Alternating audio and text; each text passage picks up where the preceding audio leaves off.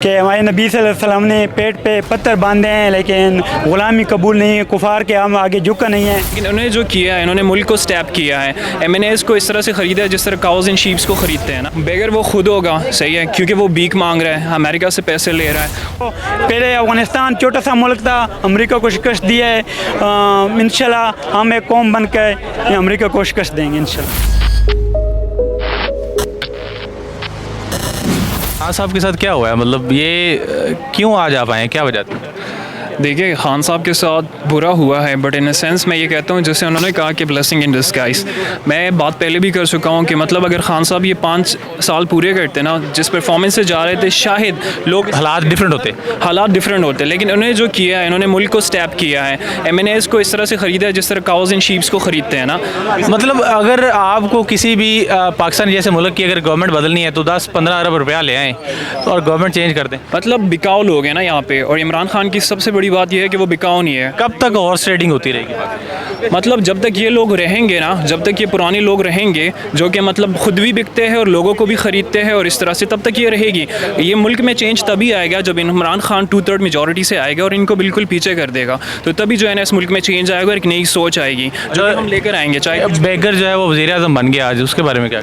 देखिए, बेगर वो खुद होगा, सही है, क्योंकि वो भीख मांग रहा है, अमेरिका से पैसे ले रहा है और जो कुछ भी कर रहा है, वज़ीरों को ख़रीद रहा है, जिनको भी ख़रीद रहा है वो खुद ही बेगर है, ख़रीद रहा है। मतलब हम तो खुददार कौम है, हम तो किसी से पैसा नहीं लेते, तो हम बेगर्स नहीं है और बेगर वो है। और बेगर बन गया फॉर द टाइम बीन, वो वज़ीर-ए-आज़म बन गया, लेकिन इसका मतलब ये नहीं है कि वो हमेशा के लिए वज़ीर-ए-आज़म बन चुका है। अच्छा, मुझे जल्दी से बता दें कि बिलावल भुट्टो के लिए वजारत सपोर्टेड गवर्नमेंट में क्या कौन सी देखते हैं आप? यार, बिलावल भुट्टो के बारे में तो मैं कुछ नहीं, मतलब उसको तो कुछ ना भी दे तो सही। अस्सलाम वालेकुम। वालेकुम सलाम। हाँ जी, क्या मैसेज देना चाहते हैं आप इमरान खान को? सर, मैं अपने कौम को ये मैसेज देना चाहता हूँ कि हमारे नबी सल्लल्लाहु अलैहि वसल्लम ने पेट पे पत्थर बांधे हैं लेकिन ग़ुलामी कबूल नहीं है, कुफार के हम आगे झुका नहीं है।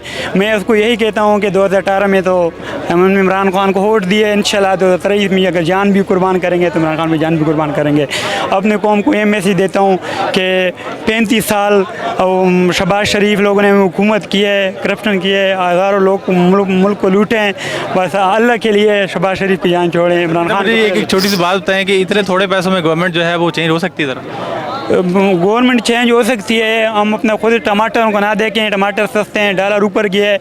मैंने पहले ये आपको यही कहा है कि हमारे नबी ने पेट पे पत्थर बांधे, कुफार के सामने झुका नहीं है। हमारा बस यही वजह है कि हम कुफार के सामने झुकते नहीं हैं, हम यही कह रहे हैं। अच्छा, क्या ये ताकतें इतनी बड़ी हैं कि वो पाकिस्तान को जो है ना वो निस्व नबूद करने के या पाकिस्तान को झुकाने में जो है वो कामयाब हो जाती है हमेशा ही? नहीं, कि पाकिस्तान एटमी ताकत है, लेकिन हमारे बड़े बड़े जो है वो गिरते हैं इमरान खान के साथ। तो इंशाल्लाह हम खड़े हैं, इंशाल्लाह पूरे 55 मुल्कों के सरबराह हमारे पास आए। इंशाल्लाह हमने एक कौम बनना है। इंशाल्लाह अमेरिका को, पहले अफ़गानिस्तान छोटा सा मुल्क था, अमेरिका को शिकस्त दी है। इंशाल्लाह हम एक कौम बन कर अमेरिका को शिकस्त देंगे इंशाल्लाह। चलें, ये एक नारा फिर लगा दें इमरान खान के लिए। इमरान खान अमेरिका का जो यार है दार है। चलें, इसी के साथ और लोगों से बात करते हैं और आप लोगों को मिलवाते हैं कि यहाँ पर और काफ़ी सारी ऑडियंस मौजूद है, से बात करते हैं कि आज ये जिस जोश और जज्बे से निकले हुए हैं पाकिस्तान और इमरान खान को सपोर्ट करने के लिए, कैसे देखते हैं इसको और आने वाले दिनों में क्या चेंजेस आएंगे हमारे मुल्क के हालात में, सियासत में, और बात करते हैं। ओके।